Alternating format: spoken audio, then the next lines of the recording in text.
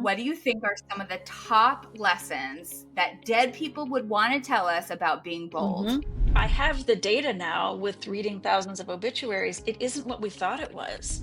I do think death is the great equalizer.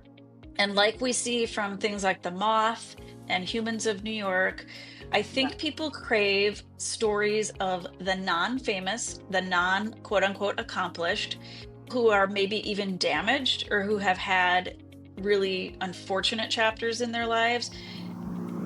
One, two, three, four. Welcome to the Bold Moves How Did You Know podcast, a podcast for the naturally curious who want to define their own path. Here, I'm sharing bold move stories that propelled my guests from curiosity to action. And in doing so, they've defined a path that is purposeful to them. Through these stories, I hope you'll be inspired to pursue your boldest dreams. Today, I am so excited to welcome Mary McGreevy to the Bold Moves podcast. She is the creator of the TikTok account Tips from Dead People, where she shares unique obituaries and the wisdom we can all take from them. Tips from Dead People was born from a simple but ironic question: what life advice can be gathered from the dead? Mining life hacks from poignant, irreverent, hilarious, brutally honest, and achingly bittersweet obituaries will leave you feeling inspired and reminded of what really matters in the short jaunt around the sun.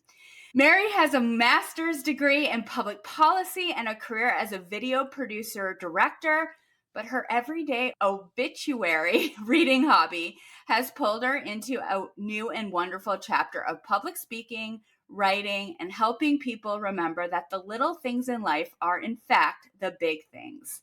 Mary, I can't even tell you how thrilled I am to have you here. Welcome to the podcast. How are you today? I am so happy to be here too. I'm doing really well, and you did a great job on that introduction. Well, gosh, it sounds like you've had such a fulfilling career as your first act, let's call it. And now you've stumbled, I don't know, we're going to hear, stumbled upon this new creative project, Tips from Dead People. But I want people to know that on TikTok, please go follow Mary on TikTok. This account is 173,000 people and growing every single day. Mary, you have really found a sweet spot. People love hearing these obituaries. What do you think that's all about? That's a great question, and I would love to hear that answer from people who encounter it for the first time. If any of your listeners or viewers want to share that with me, because it really started off as just a solo creative project. A couple of years ago, I was working on a big corporate project and it was very stressful and I had lots of deadlines and it was in the midst of COVID.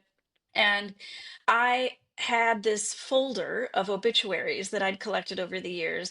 So for context, my mother was the obituary writer for my hometown paper in South Dakota. Wow. And so from a very young age, I paid attention to that and I started really enjoying those stories. And I most of all thought, there has to be more. There has to be more than these copy paste that just really look like a LinkedIn obituary. Education, survivors, one or two tiny little details. There has to be more. And I'm a natural gossip and I do really enjoy the little things. So I always wondered about that. So over the years, and I've lived in a bunch of different cities, I would subscribe to the newspaper and I would find the obituaries that said more and intrigued me and I would cut them out and I would collect them. Never did anything with them, like I said, until a couple years ago. And I thought, like, I'm not a very artsy craftsy person, but this would be a really fun creative challenge to do something with this folder of now like frayed, yellowed obituaries that I had. So I have three daughters in their 20s. And when I said this idea, of course, they cringed because it seems weird to have your mom on social media and also for something that's like this. In the end, they said they recommended TikTok as a place at the time where you could be a little bit messier, a little bit more uncurated. You didn't really need to know all the polished video production techniques to just get going. So I decided, I just picked the name, Tips from Dead People. Just really, it took about 2 minutes. I had access to this little logo that I thought was cute, so I used that.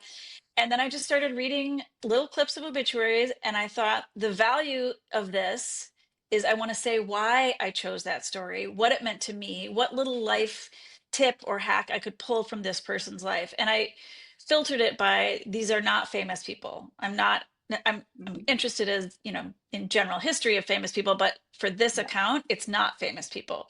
I Mhm. started reading a few, got my sea legs on TikTok. And then as these things happen, I did one that I thought nobody would see. And I went to bed and woke up and there were a million views and 1,000 comments. And Wow. I, after that, I don't know how that happened. I still don't know how it happened. But after that, I think I got put on some faster highways and the growth has just been sort of exponential from there. But as to your question as to why people get behind it, I do think death is the great equalizer. And like we see from things like The Moth and Humans of New York, I Yeah. think people crave stories of the non famous, the non quote unquote accomplished, who are maybe even damaged or who have had really unfortunate chapters in their lives. People can get behind those stories. And I think one interesting thing about the appeal of this account is that I can tell from my new followers every single day that they cross the political spectrum to the farthest edges. There are far right wing, there are far left wing, and everything in Mhm. between. And I can't really think of too many more places like that Mhm. online today. So there has to be something Mhm. about storytelling, Mhm. vulnerability, rogues, underdogs. I'm not sure exactly what it Mhm. is. I feel like I bring Yeah. a natural curiosity and storytelling ability. So anyway, Yeah. that might be the appeal. If I were to answer that question after following you now for a little while and hearing a lot of your stories and the the lessons that are embedded within these obituaries, I think you're right that people love stories, and I think it though comes down to like relatability. I think when you look at these obituaries of people who are just living an everyday so-called mundane life, and yet they have something to share. There is some insight in there that people can take away and say, "Oh, like I've never really thought about it that way, but yeah, I can relate to that," or this is how I want to be perceived when I pass away, that maybe people can rally behind and feel excited about learning these stories that more represent the common folk or something like that. Right. And also with all their blemishes. Most interesting are the ones where people have had multiple different kinds of chapters and they persisted, or they had a sense Yes. of humor about it, or they're comfortable with brutal honesty. That's the kind of thing that I feel is magnetic about these stories. And so the first time that I was asked to give a public speech about this account, which still just stuns me that anyone asked me to do this, they wanted the speech to, it was a keynote speech for healthcare workers, and they wanted it to be the top 10 things that I've learned from obituaries. I spent a ton of time working on this, and I came up with my top 10 things, which we can, Yeah. listen to some of those if you want. But in so doing, I realized that as I'm sharing these vulnerable stories, it won't really make sense unless I too can share some of that. And my Yes. own journey is that I come from a family of high achievers. I love them all, but they all kind of knew what they wanted to do from a very early age. I have done a lot of interesting things. I've done social work, nonprofit administration, and video production and direction, and I've loved all of them, and I felt like I did well. But these were opportunities that sort of fell into my lap, and for lack of a better term, I didn't find a passion. And you hear that advice all the time. You need to find your passion and then the money will follow and so forth. That never really seemed to work for me. And so I developed this sense of, I guess, inferiority, or what I'm doing might be fun, might be quirky, might be interesting, but it isn't success by traditional measures. And so that was something that I feel like is related to this pull of mine to elevate these stories of people who are just like you and me. They may Yeah. not have found their professional, they may not, be the president of a university, but they are really interesting Mhm. compelling, almost even artistic or legendary people. And Mhm. so you really start to have to challenge yourself to think, what is success? What is failure? I have the data now with reading thousands of obituaries. It isn't what we thought it was. You're more than your Totally. resume. And so it has helped really change my brain chemistry around that question for myself. And Yeah. if I can help people and groups feel that same way, give themselves a moment to say it's the tiny things, not the resume things at the end of the life that really matter, the greatest opportunity and the greatest joy. And it's really the most fun thing I've ever done. That's so amazing. It's so interesting to have you here because there's so much lessons that come out of the obituaries that you're reading in terms of what you just said, redefining success, redefining failure. Continue to navigate on your path. Do what it is that lights you up. And I feel like that's why I started this podcast. I didn't start this podcast to help people become multimillionaires, right? I Hmm. started this podcast because I'm on a journey just like everyone else. I'm a normal person living in Atlanta, Georgia, with no huge fancy letters behind my name or, no famous, nothing famous to speak of. And yet I want to create a life of meaning. And I Hmm. thought, how do I create a life of meaning? Okay, well, maybe that means making some bold moves. How do I do that? Let me talk to other people who do that. Hmm. And that's what's really cool about this parallel path is like we're talking in today's moment in time, but you have this insight from people who have since passed on, but maybe the greatest lessons to share because they have the longest life that they've lived. I really want to dive into a little bit more on your story. And I also want to hear about these tips from dead people about being bold specifically. But maybe we can go into your story a little bit more and then we'll zig our way back into the tips from dead people. I just wrapped up a season 2 finale, and this episode will air in the start of my season 3. Yes. And the last episode was all about taking action.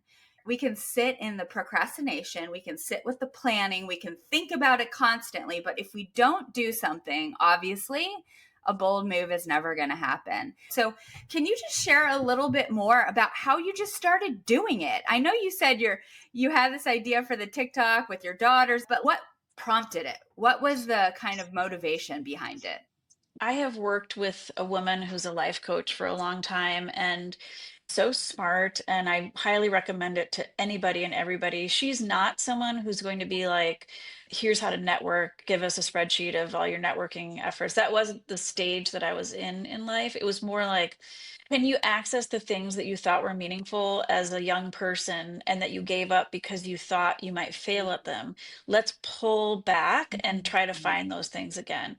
And so in working with her, the really key thing was that was holding me back creatively, and probably if I look back on many decades professionally, was that I wasn't trying things because I knew in my head what people would think of that if I didn't succeed in a traditional sense, and I knew what I would think of that if I didn't succeed. So I only wanted to do things where I knew there was a guaranteed sort of social acceptability, social esteem, Yeah. mastery of a subject, and that people would be able to slot it in their heads. Oh, she's really good at this, or she makes the world better by doing this, or she made a good living doing this. So those are the things that I went to. And I really narrowed my road by doing that, by eliminating the things that felt risky, by admitting to myself that even though I'm not artsy craftsy, I could actually be creative. And so it actually took a couple years of work to really break down the fear around trying something that I might fail at. So eventually we did start talking about storytelling and identifying the things that really got me with my eyes lit up. And it was almost always around funny stories, quirky stories, little tiny moments of life that people notice, not big themes or philosophical Yeah. areas. And so I think digging into that for a lot of time, I mean, I'm really hard on myself. I have a lot of like baggage around needing awards and affirmation. And so, like, digging away at that and trying to set that aside and trying things that I might fail at was the key. And Yes. so this felt like a fairly low stakes thing, even though Mm. it's nerve wracking. I wasn't an on camera person. I was always behind the camera doing interviews as part of my video production job. But even though it has a little bit of fear involved, it felt low stakes because I could always delete this account. I could always make it not public and just really make it private. But then once the first thing started going viral and I was in the tens of thousands and then, you know, 50,000, then 100,000, it's hard to take it private after that. So I think for me, it was saying, if this fails, that doesn't reflect on me. And it sounds small, but I just think there's probably a lot of people like me who I head agree. has been filled with achievement oriented advice. If you want to crush it, you got to do these three things Yep. and maximize your LinkedIn and maximize this and that and maximization. I would read these stories and sometimes I would weep because it was all about like Mhm. this one old lady's lifelong journey to find the best version of Coca-Cola. Every year she had a different taste test. And that was one of the first obituaries that I read. And I was like, that is meaningful to me. That's life. That's success. And I would read obituaries of like highly accomplished people who it was clear nobody wrote a loving thing about them, or people who were maybe addicts or in prison or had multiple divorces, and still their kids were like telling these loving stories. And I was like, there's something there. There's Yeah. something there for me about these tiny little moments. So that's probably the genesis of me feeling brave enough to start this process. Yeah, I'm thinking about the humanity of all of us in these stories and going back to your, the question around why do people love this so much? It's probably what you just described, that we all can relate to the little missteps and hiccups. But the stories tell us that at the end of the day, our loved ones love us no matter what. Made you think about what lit you up. I just had this experience a couple weeks ago. I was at a friend's for a dinner party, and we were a new group. So basically nobody knew each other except for the host. And we were all talking about, our careers, our dream jobs, things like that. And we started talking to somebody who does like some sort of forensic biology of like prehistoric beings. Okay. So she's a Mm-hmm. scientific researcher. And when we were just having general conversation, her body language was normal, casual. But when she started talking about her career, she sat up, her eyes got so bright. You could really tell that she was in that zone where she is feeling so lit up about what she's doing. And it was so noticeable. And I thought to myself, this is where or when or how that you're doing something that you feel really purposeful about, you feel really passionate about. But then to your point, coming back to like the definition of success, that's not necessarily what society tells us what success is sometimes. So coming to terms with all of that is challenging for a lot of people. What do dead people teach us about redefining success? I think the thing that's interesting about that story is that it was talking about her career is what lit her up. But what I think 24-year-old Mary would have needed to hear is that things that light you up might not be your career. Uh-huh. So, yes, develop skills. Yes, save for retirement. Find things you're good at. Find a workplace that feels positive and values your work. Yes, like minimum. I would wish that for everybody. But don't feel less than if you don't have a profession that lights you up in that way. Uh-huh. If Uh-huh. rock climbing or fishing or quilting or whatever the thing is that you kind of gravitate toward, that's okay too. And Mm-hmm. I think that would have been important for me to hear because I have always felt like if you don't have this 360 vision of your career as it's fulfilling and it's lucrative and it has social esteem, then somehow you're missing something. But I can tell you that from all these obituaries that I've read, there's many, many people whose job is barely even mentioned in their resume. And yet you want to sit and have a beer with this person. They were funny, they traveled a lot, they were philosophical, they had just interesting, goofy, I don't know, compelling chapters in their lives, I guess I would say. And sometimes it has nothing to do with their career. So, Yeah. me, what these stories have told me about success and failure is that this is like a hard thing for someone like me to absorb. Like, seriously, I've been very competitive, Mhm. achiever type person. It doesn't really have almost anything to do with your job. So, success would be at the end of your life, someone writes an obituary like that about you, a really funny, endearing one, or that you have memories of travel, or you have little relationships with your neighbors, your nieces, your nephews, whoever it is. That is success. There's all Mm. kinds of like TED Talks on the top regrets of the dying. And it's almost always, I didn't take my health for granted and I worked too much. And that sounds kind of cliche, but I Mhm. just think don't ignore wanting to do something interesting and important for your work, of course, but don't think that that defines your success. It just can't, because otherwise you'll end up like me, constantly spending decades wondering like, why couldn't I have found the thing? Why oh, I should have done Yeah. nursing, or I should have done archaeology, or like always thinking about that. Like, if you can release yourself from that, do Yeah. interesting, good things, but also focus on the tiny little moments and appreciate them for what they are. To me, that is what I've learned about success.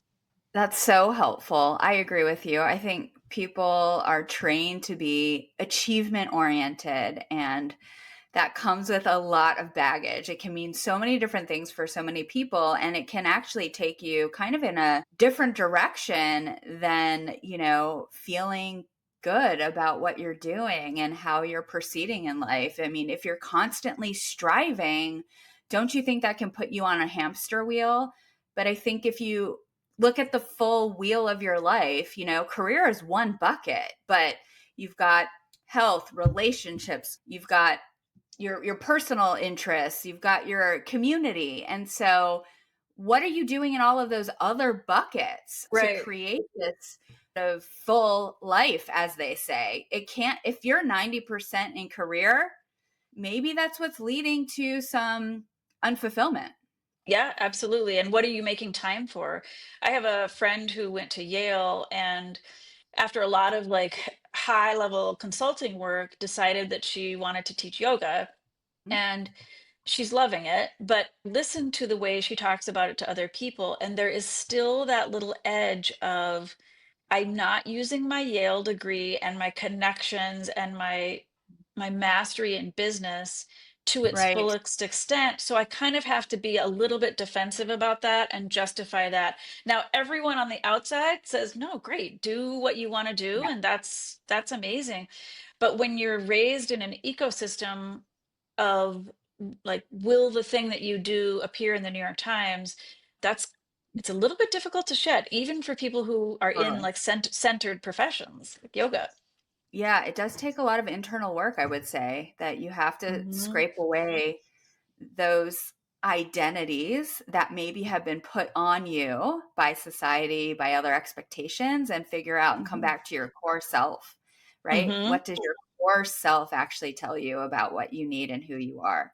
I Hmm. had a career coach at one point in my life who really oriented me around creating my identities, like I am statements versus what I want to do statements. So, and like we were saying, in that full balanced approach to all of the different things, not just career, but also related to who am I? Who do I want to be as it relates to my family? Like, Hmm. I am an amazing aunt to my two nieces and nephews.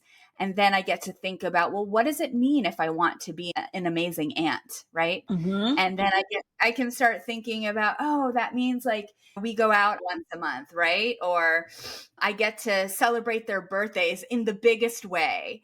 And I think Hmm. when you can step back and think about who you want to be from that perspective, and then you start doing the things in that direction, you can feel so proud and accomplished, Hmm. because that does like start to fulfill your sense of self beyond who I am at work, which is where a lot of Mm-hmm. people spend time thinking like, oh, did I make it to the next level, the next promotion, you know? So Right, I, absolutely. And there's kind of a chicken and an egg thing there because like you can say, I am this. I am an amazing aunt, and then underneath that, here are the things that I do. But mhm, if you're out there listening and you don't know what you're like, if you've somehow you've lost a sense of what your core identity or values are, it's okay to do that backwards. It's okay to mhm. just try a bunch of shit, and then Yeah. those values sort of emerge later because you say, oh, that worked, that didn't work, that felt fun and good, that didn't feel fun Oh, and good. Like that can emerge sort of backwards in a way, and that's fine oh, too. yes, totally.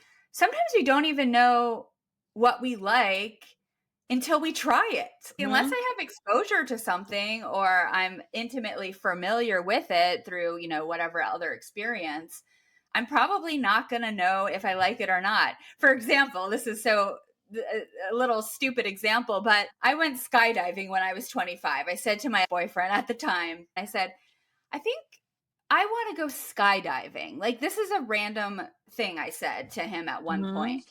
And so I guess my 25th birthday was circling around and he bought me a gift card to go skydiving. He's Hmm. like, for your 25th birthday, you said you wanted to go skydiving, so let's go. And I had to get over the shock and the fear that kind of, Hmm. filled me.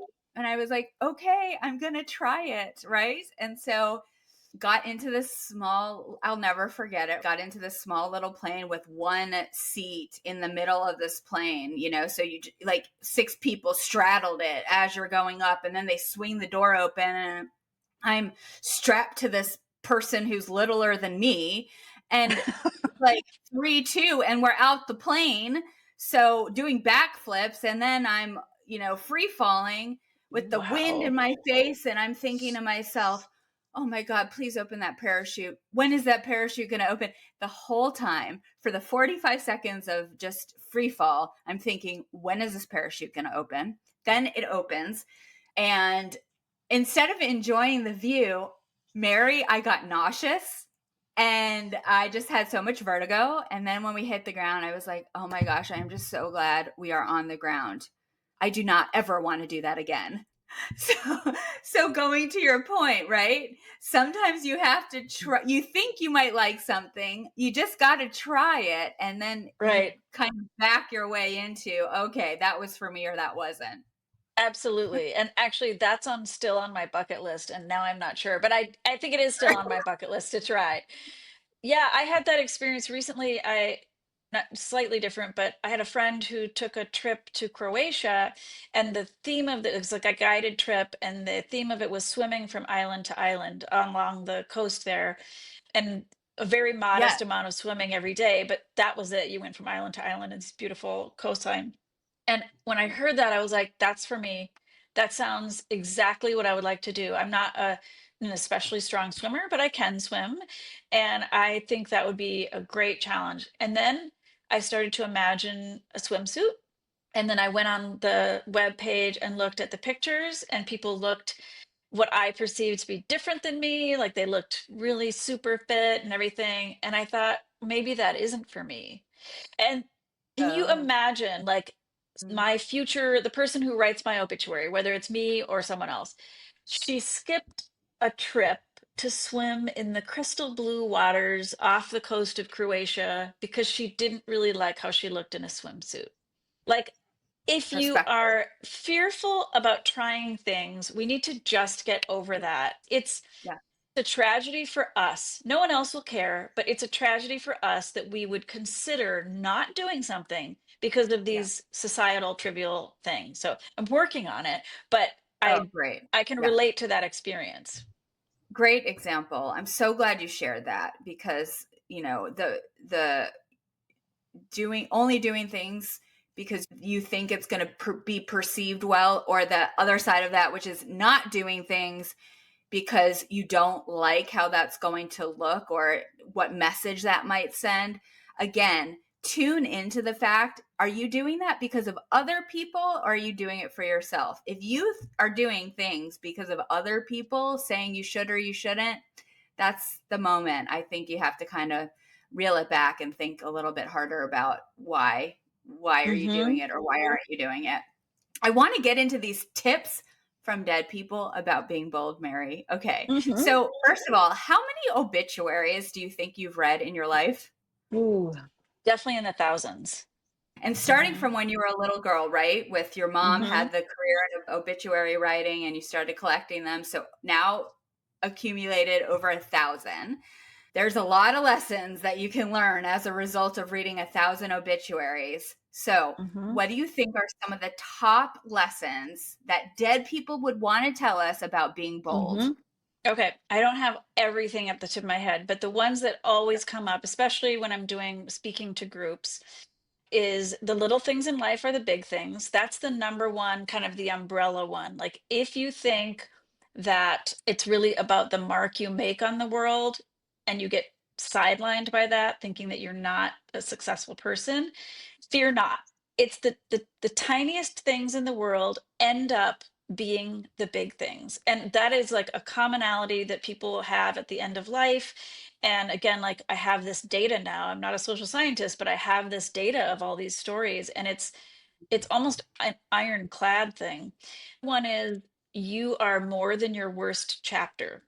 I've read dozens, hundreds of stories of people who have had massive setbacks, terrible choices, things that have happened to them outside of their control or within their control that sucked, but in almost every case, it's true that they have more to tell. It isn't just about addiction. It isn't just about, or whatever they think their worst chapter is. It's always more than that. The story is more than that.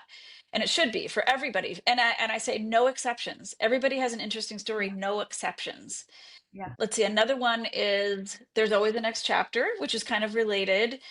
It's just, if you think that what you're doing now will define you forever, you're in a boring job, whatever, it's just not the case.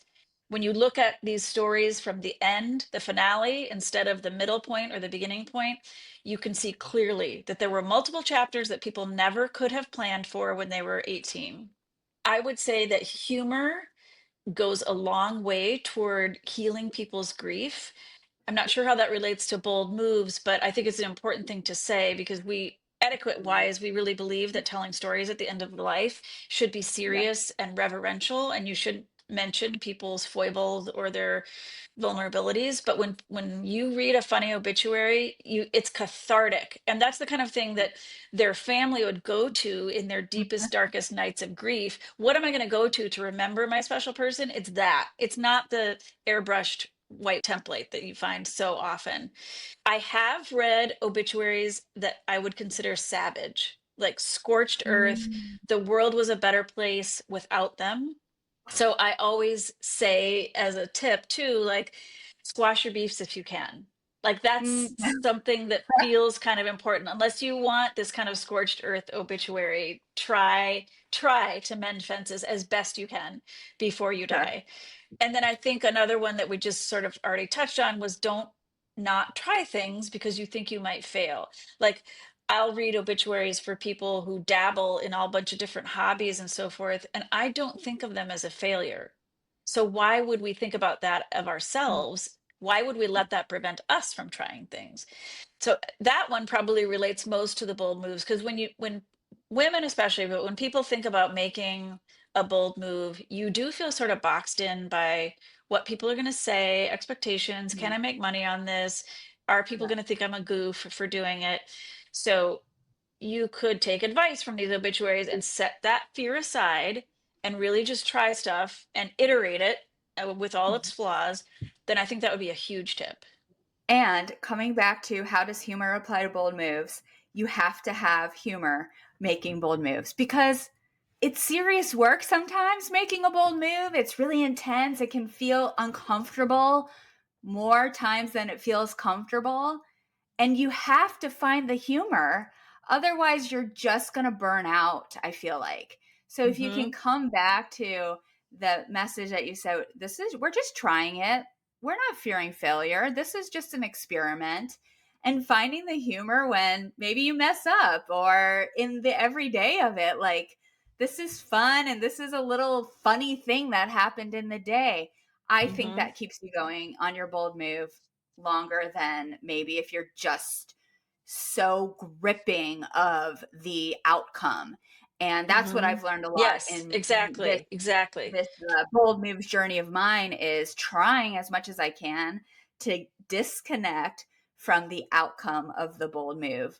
I'm doing this because it matters a lot to me, but also know that if I need to pivot or if I need to explore other things because this isn't working eventually, okay, no big deal. I'm not that attached. Yeah, I agree. And then I think the platform that you've set up here of people talking about this, I think it's important to be able to publicly share the funny things, the Yeah. mess ups, the very Yeah. surreal encounters that you have along the way. Because if you pretend that everything is perfect, you're not going to end up finding real people to talk to about it. So whatever that group is, some kind of, mastermind group, or, group that you Yes. might have of other people who are trying new things, that feels important too. Oh, I love that. I also, Mary, wonder if you'd ever think about doing a bloopers on tips from dead Oh my people, God. of like some of your raw clips where you messed up reading the story, or well, whatever it could be. A bloopers highlight reel would be hilarious. Speaking That of would be, humor. that's actually a great idea. Okay, I'm not gonna delete those now because I think that's a great idea for a video. Yeah. Yeah, it's like Mm-hmm. an end of the year, even like a year end. I am a content marketer after all, Mary, but even at the end of the Mm-hmm. year where you could show your like your biggest blunders and bloopers from the prior year, that could be a really fun way to I engage love with that followers. idea. I love it. I'm gonna write that down as soon as we're done. Other bold tips from dead people that we haven't talked about yet to share? I think one other thing that is maybe particular to me, but is that it's important not to write off the people that you perceived to be on the sidelines for whatever reason. They didn't Mm, seem ambitious or, like we said, successful. Those people end up often having something important to do with your life. I always feel like whenever I'm in a new group or a class or a professional environment, you're in a room and you can immediately tell who the leaders are. And I'm drawn to those people. And I feel like sometimes they're drawn to me. But when the whole thing is said and done, it's almost always turned out that I have bonded with the ones that mm, were the quietest, the ones mm. that I thought looked a little goofy or sounded a little goofy, but those people end up having the most to tell me, and that I find the most interesting. Like the immediate leaders sometimes burn out a little bit. So I think that there's a parallel there with Tips from Dead People, which is that these are stories that would not otherwise get told. And they are the key to this whole success. It's not because I'm reading about their accomplishments, it's because I'm reading about kind of their weirdness. I guess to answer your question, I would say it wouldn't have occurred to me as I was in my like career growing phase, and you got to network and you got to do this and associate yourself with Yeah. stars, that it's not always the case, that sometimes there are people that you would write off, and I'm not sure that's a smart idea. You brought an obituary of a Hmm. particularly bold person to read to us. And I'm really excited for this because you are tips from dead people. So let's hear an obituary of somebody that has passed away but has been particularly bold in their life. Okay. So I counted 6 major life transitions in this woman's life. So I want you to see if you agree with me. And it may not be traditional transitions, but you become obvious. So this is a little bit long, but this is kind of the experience of following Tips from Dead People, is that I try to make these stories as interesting and well told as possible. This is Dot, aka Dorothy, and this is her obituary. Dorothy means gift of God. But there may have been some confusion about the gift when Dorothy was born. Her parents were praying for a boy. She was their 4th girl. Dorothy grew up to be an inspiring, naughty, and wise woman who overcame the odds. Dorothy Gloria Green was born in Pontiac, Michigan, and grew up in Toronto, Canada during the not so great Depression. Times were tough, and even worse after her parents divorced due to her father's roving eye or some other body part. Dorothy and her next oldest sister spent 6 months in an orphanage. That's when Dorothy's fierce optimism and resilience first emerged. While she missed her mom desperately, she loved the regular meals and the kids in the orphanage. She got married at 16 and was pregnant about 20 minutes later. She moved to San Diego after her daughter Christine was born. Not long after the move, Dorothy was diagnosed with tuberculosis. That was the first of 4 times in her life that doctors told her she was going to die. Dot lived in the TB hospital from 17 to 19 years old. She was given a high school degree in the hospital because, well, she was going to die anyway, so it seemed like the right thing to do. But Dorothy refused to die. She was determined to live and get her daughter out of foster care. She lost the joint in her right shoulder and had limited use of her arm for the rest of her life. Dorothy's husband celebrated her release from the hospital by asking for a divorce. Became Dot. Dot's first 3 marriages were to military men. She had a daughter by each fellow. Unfortunately, according to Dot, their penises influenced them and she divorced them. Dot wanted more babies. She had 6 miscarriages between her first 2 children and developed a devastating kidney disease when she was 25. She swore her second daughter, Peggy, kicked her kidneys into submission while escaping the womb. Dot had 1.5 of her kidneys removed. Once again, her doctors predicted she would die. Instead, she moved to South Carolina, married her third husband, and with only 1/2 of one kidney, gave birth to their third daughter, Pat. In South Carolina, God's hellhole, according to Dot, she helped support her family with accounting skills she learned in business school. Dot went on to get a bachelor's degree in art, and after she moved her family to San Diego, Dot earned a master's degree in education. Eventually, she won awards in art shows and sold her work in galleries. Invested in her children with much more than money. She took them to museums and libraries. The family camped a lot, and Dot made time to be a Girl Scout leader. She invited her girls to truly examine their world, whether it was pulling the car over to look up at the beauty of a tree, explaining classic bone structure, or supporting the civil rights movement. And church were big things for Dot. She tithed and sang in the choir, but she was also known for her bawdy jokes and extraordinarily frank language, despite the prayers of many pastors. She might well have suffered from a heretofore undiscovered illness that made it impossible to talk without a cuss word in every single sentence. In her 40s, Dot had a soul shaking transformation at a Billy Graham revival. Didn't change her language, but it did shift her heart and made her even happier than she already was. When Dot was 48, she met Mr. Wonderful Joe Dodds at a Toastmasters meeting. He was 59 and quickly became the love of her life. Asked Dot to marry him just 17 days after they met. For 21 years, they traveled the world, built a dream house or two, and studied the Bible together. Dot would tell Joe he had a great ass just to watch him blush. She said she missed Joe every single day after he died, but wasn't going to sit around having a pity party and all that crap. She believed she lived a full life, not despite hard times, but because of the hard times. As time passed, little old ladies became a recurring theme in Dot's life. She enjoyed driving little old ladies to church, never mind the fact that her passengers were at least 10 years younger than Dot. Dot wasn't above using her age to get her way. When she cut in line at church lunches, she would bat her eyes and with an oversized grin explain, "I'm just a little old lady." I was happy but eager to see her Joe again. She had a devilish twinkle in her 92-year-old eyes as she shared what would happen when they reunited in heaven. "We'll spare you the salacious details. She'd be so disappointed in us." While before Dot died, her daughter Peggy asked for advice on how to live on the planet without her. Dot scrunched up her face, looking skyward, searching for an answer, then advised with gusto, "Get over it. We're trying, Dot." That's the obituary. So think of all those Oh, transitions. Isn't that crazy? So that just one is line that I feel like I need incredible. to repeat. She said, she believed she lived a full life, not despite hard times, but because of the hard times. That's that's mind-blowing to me. You are more than your worst Wow. chapter. There's always a next One. one. First of all, Dot was extremely resilient. She encountered Hmm. so many different difficult times in her life with the disease, the cheating husbands, and Being in an orphanage and saying, "I love it here yeah, because the food is good." yeah.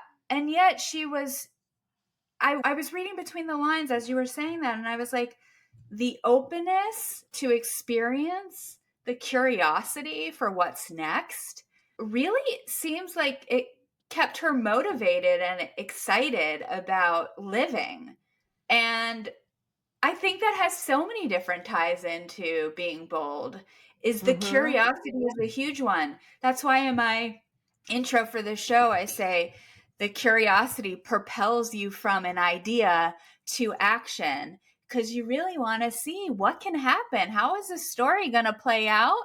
And Yeah. it sounds like Dot did that over her entire life.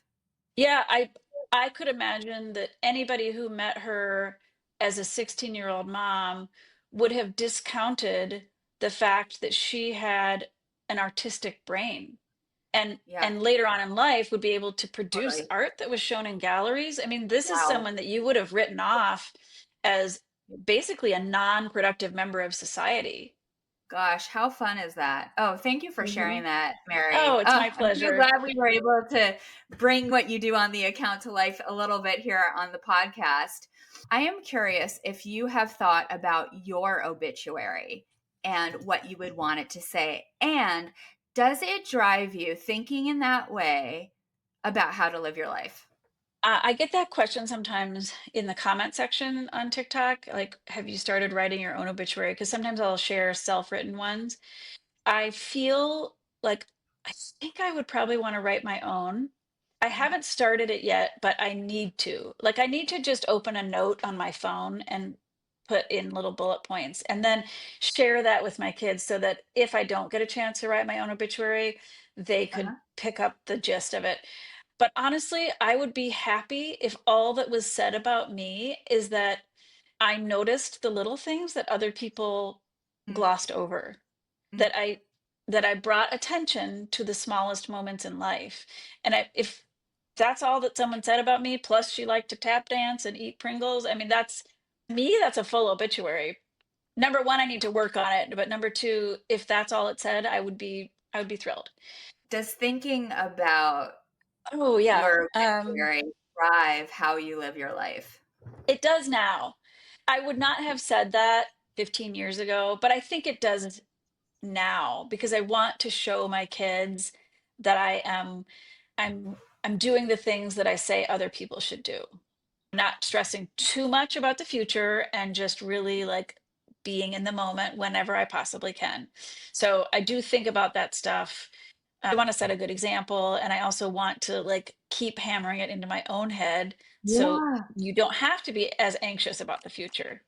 Yeah, it's a great point. Repetition is key to changing the way you live, I think. You have to really get Hmm. intentional about what are those things that, what are your values and what do you really want to abide by? And you just have to keep pounding it in. And then eventually Hmm. those neuro, because this is science, right, Mary? Like you have the neural pathways in your brain that rewire once it gets the right repetition. And then you can really change your life. And I think that's Hmm.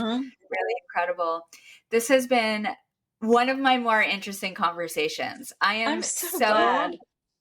I just, well, we're both storytellers, right? And so, Hmm.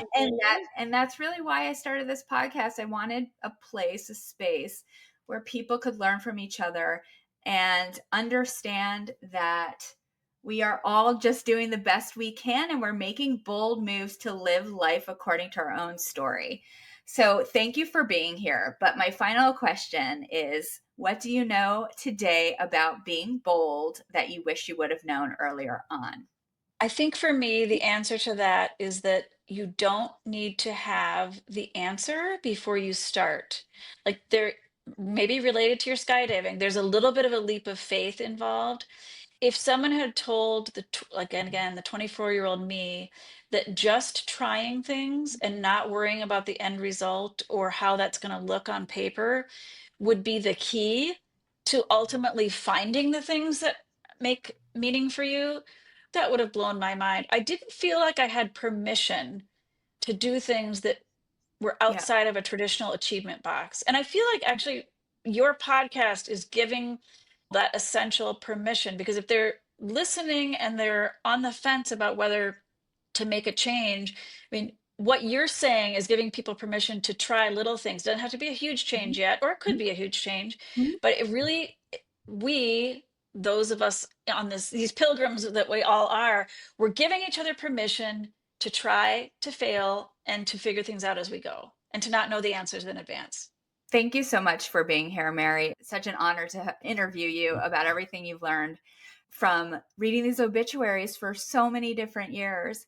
One of the Mm-hmm. things that I have been thinking about more in terms of starting or pursuing a bold move, which is a really interesting caveat to achievement oriented path, is that in a lot of cases, you do start to build your own body of work.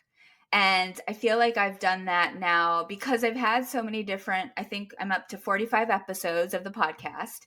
Nice. I've been able to hear a lot of different stories and bold moves, and there's patterns, just like you're hearing from tips from dead people about Exactly. the lessons. I'm also understanding what what the difference is between bold movers and people who stay complacent, and I'm able to pick those apart for people and help them understand you've got to pay attention to your deepest desires first, just like you're doing. And I think, it's funny and maybe a little ironic because in our careers, we all want to be known for something. But I think often when we pursue bold moves, that's not maybe the goal going in, but it's certainly one of the things that happens. And to your point, now you're being asked to speak, you're doing more media interviews and things like that. Mm-hmm. Maybe you'll write a book about all of this one Mm-hmm. day. Isn't that interesting that making bold moves actually can lead to the outcome you desired out of the achievement? Sideways. Totally Sideways. sideways. Yeah. Totally. Not Yeah. was not expected. Where can people find you, Mary? How can they follow tips from dead people? Well, right now, my main activity place is TikTok. And I do have a YouTube and an Instagram account set up for myself, but I also have a little website where if you want to get in touch for public speaking and hear what other people have had to say about me, so I'll send that to you and you can share it if you I can want in put the a link. notes. Yeah, so that TikTok and basically that website. And then I have an email that's right out there too. All right, Mary, thank you again for being here. And to everybody else, thank you for tuning in, and we'll see you in the next episode. Bye for now.